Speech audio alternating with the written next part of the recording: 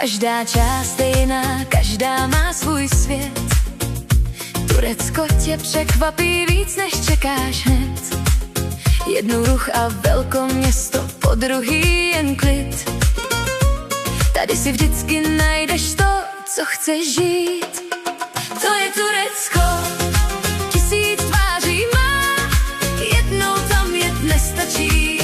To poznáš sám, moře, hory, města, všechno v jednom máš. Byla si tam jednou, neznamená, že ho znáš.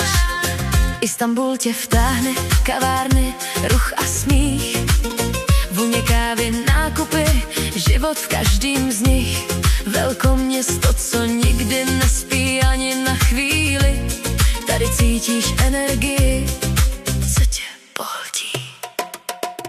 Bodrum, jiná tvář egejskýho snu, mlýny nad městem a Kos na dohled tu. Kusarasy, svět bez hranic, ráno Turecko, večer Řecko, na dosah víc. To je Turecko, 1000 tváří má, jednou tam jet nestačí. To poznáš sám, moře, hory, města, všechno v jednom máš. Byla si tam jednou, neznamená, že ho znáš. Moře, hory, pláže, tady pohltí nás. Turecká riviera tě zpomalí hned a najednou nechceš zpátky jet. A pak přijde něco, co tě zvedne hned. Kaprul, kanion, voda, co tě pohltí hned.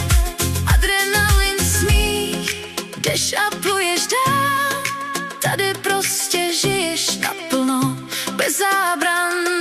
To je Turecko, každý si v něm najde svý dobrodružství, klid i sny. Ale jedno si pamatuj, až tam pojedeš zas. Jedna návštěva nestačí, musíš ho poznat víckrát. Jedna země, 1000 tváří.